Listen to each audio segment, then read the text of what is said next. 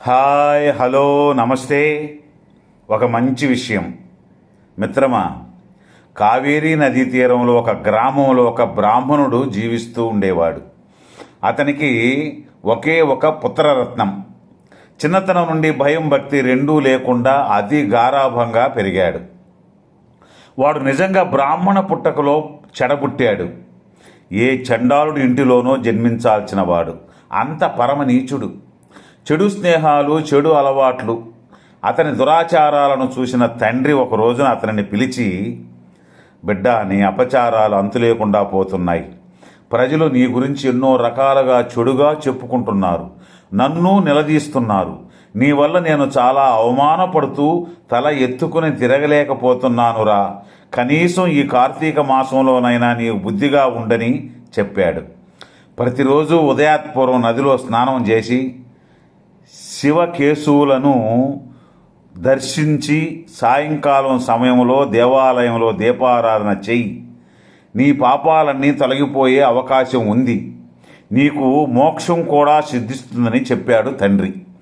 దానికి వాడు మూర్ఖంగా, స్నానం చేస్తే మురికిపోతుంది, పూజ చేస్తే దేవుడు కనిపిస్తాడా, గుడిలో దీపం పెడితే ఏం లాభం, ఇంట్లో పెడితే కనీసం ఇంటిలో వెలుగైనా వస్తుంది అని ఎదురు ప్రశ్నలు వేస్తాడు.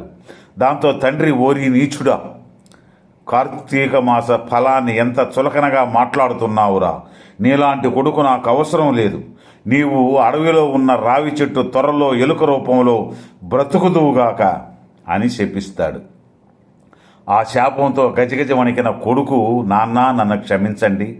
అజ్ఞానందకరంలో పడి దైవాన్ని, దైవ కార్యాలను చులకన చేసి మాట్లాడాను. నాకిప్పుడు పశ్చాత్తాపం కలిగింది. నాకు శాప విమోచనాన్ని చేయండి అని కోరతాడు. బిడ్డ, నా శాపము అనుభవింపక తప్పదు. నీవు ఎలుక రూపంలో ఉన్న కార్తీక మహత్యాన్ని వింటే నీకు పూర్తి దేహస్థితి కలిగి ముక్తిని పొందుతావని చెప్తాడు. మరుక్షణం ఎలుక రూపంలో అడవికెళ్ళి రాగి చెట్టు త్వరలో నివసిస్తూ పండ్లు ఫలాలు తింటూ జీవిస్తుంటాడు. కావేరీ నదీ తీరం కాబట్టి అక్కడ నదీ స్నానానికి వచ్చేవారు ఆ వృక్షం కింద స్నానమాచరించి రామాయణ మహాభారత పురాణాలను చెప్పుకునేవారు.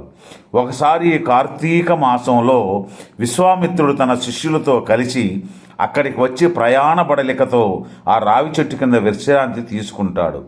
ఆ సమయంలో తన శిష్యులకు కార్తీక పురాణం విశేషాన్ని బోధిస్తాడు. ఆ చెట్టు త్వరలో ఉన్న ఆ బ్రాహ్మణ కుర్రాడు కూడా కార్తీక పురాణాన్ని వింటాడు. ఋషి దగ్గర ఉన్న పూజా సామగ్రితో తినేందుకు ఏమైనా దొరుకుతుందని ఆ చెట్టు మొదట నక్కి చూస్తున్నాడు. విశ్వామిత్రుని కార్తీక పురాణం పూర్తిగా విన్న ఆ ఎలుక రూపంలో చెట్టు కింద ఉన్న ఆ ఫలాన్ని భుజించడం వల్ల తన పూర్వ స్వరూపాన్ని పొందగలుగుతాడు.